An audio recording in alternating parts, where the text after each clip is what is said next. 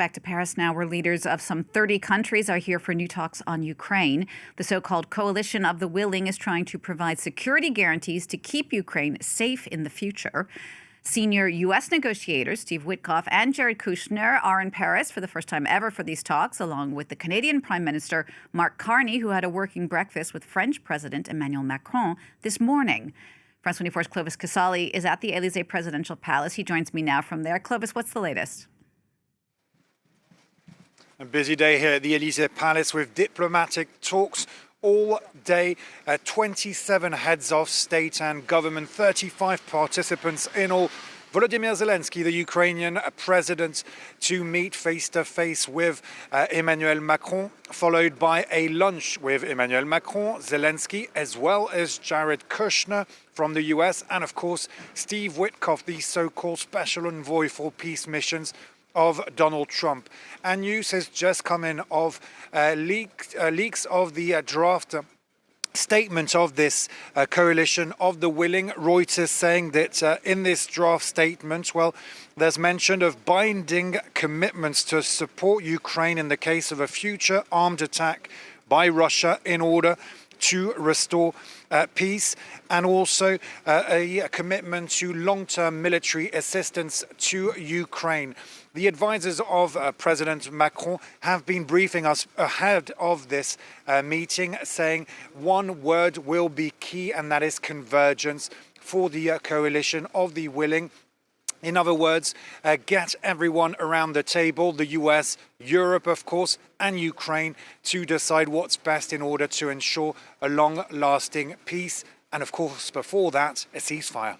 Clovis, as you said, there are almost 30 world leaders in Paris today. Tell us a bit more about this coalition of the willing and its exact goals.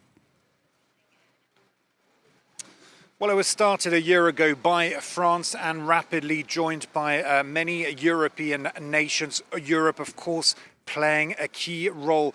The coalition of the willing gathers the staunchest allies of Ukraine. And now there's a feeling here in Paris that there's renewed commitment from the US, a real will by Donald Trump to try to get a rapid peace, to try to find a way to end this war in Ukraine in the face of Russian aggression. Donald Trump hasn't got much. He didn't get much from Vladimir Putin in recent months. And there's a sense, possibly of humiliation for Donald Trump. Donald Trump, who wants, of course, peace in Ukraine, it appears. The Élysée Palace believes that today in this meeting of the coalition of the willing, there are 5 main aims. Get a ceasefire. Discuss how to ensure it, then support even more Ukrainian troops, because of course there is strong military support, notably from Europe and the US for Ukraine. And then in third, there will be a discussion around what kind of multinational force can be sent in Ukraine after the ceasefire, to monitor the ceasefire.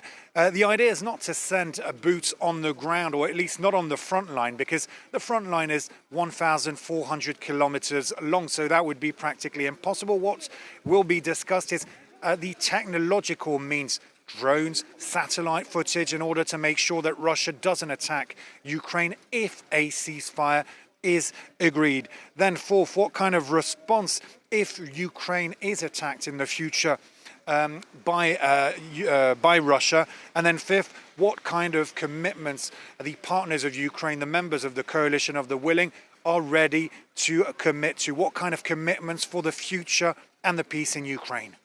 And Clovis, Volodymyr Zelenskyy, of course, the Ukrainian president, will be there as well today at the Élysée Presidential Palace. Really a lot at stake for him and for Ukraine. Of course, because now entering the 4th year of the Russian aggression, Volodymyr Zelenskyy needs peace because, of course, he's possibly running out of men. He needs more and more weapons in order to combat Russia with its military might. Ukraine hasn't always had the best relationship with Donald Trump, or let's say the relationship between Zelenskyy and Trump has been shaky in the past.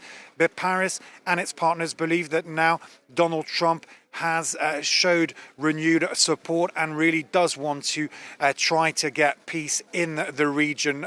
Donald Trump has been talking, of course, with Vladimir Putin, we know that, and the French President Emmanuel Macron has paved the way for possible talks also with Putin if there's a point to that, if there is a sign that Russia actually does want peace.